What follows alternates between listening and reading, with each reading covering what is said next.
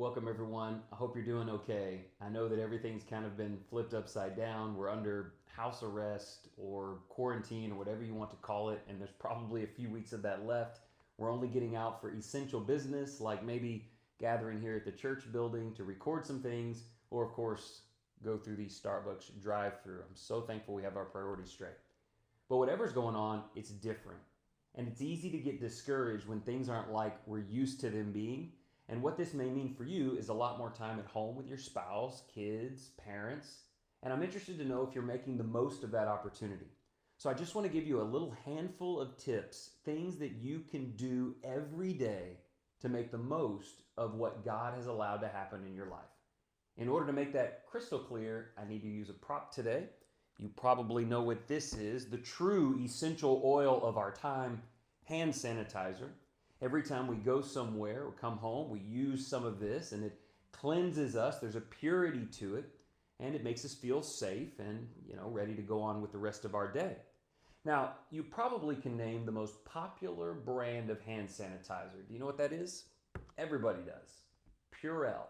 We will never again forget the word Purell for the rest of our lives. So I want to use it to help you.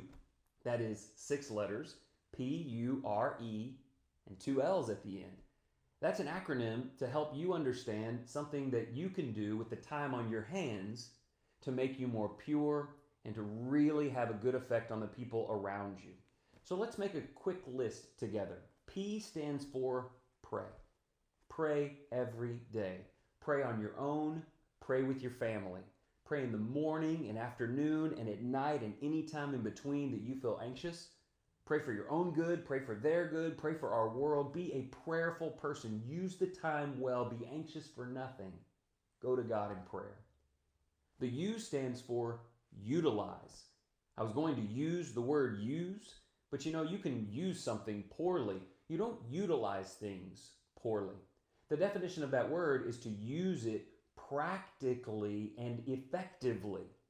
So I want you to understand that while things have changed and the schedule has cleared, you have unique amounts of time alone and with your family. Utilize it well. When you're looking back on this months from now, I hope that you and your family use the time to build new study habits, to enjoy time playing games together. Make sure you make the most of it because God has allowed this to happen to you because He knows that Christians can make something good out of every situation. The R stands for read. Read the Word.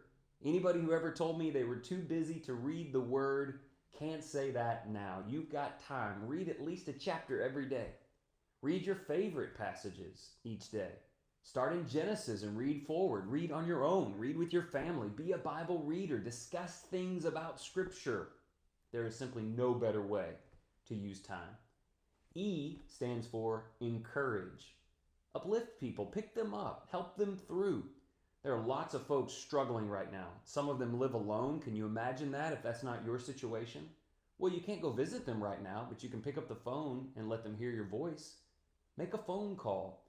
Send out emails or social media posts that pick people up, that remind them about the power of Jesus and that we live in the palm of God's hand. Be an encourager. We don't need more discouragers here. We've got plenty of people who see the dark side of everything. We need people who help us, and that's who you want to be. So those are our first 4, P-U-R-E, but we can add 2 L's to the end pretty easily, and they are laugh and love. If you're spending more time than usual with your mate, your kids, your parents, grandchildren, whatever it might be, you could sit around worried about what's going to happen, understanding that you have no control, or you could laugh together. Have fun together. Watch comedies together. Play games that sort of get people riled up and enjoying, riled up in a good way. I want to look back on this, or better yet, my kids, years from now, when they look back on this, I want them to remember that we laughed our way through it. And we always chose love. We didn't choose to be judgmental. We didn't choose to blame people for things.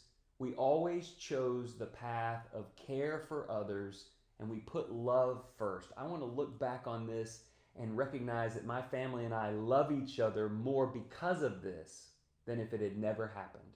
I believe that can be true with the church as well.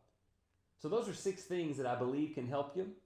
If you will use the time on your hands and pray, utilize, read, encourage, laugh, and love, then we can do things for God that glorify Him in any and every circumstance that we're in. Hope that that encourages you today, and may God bless you and keep your family safe.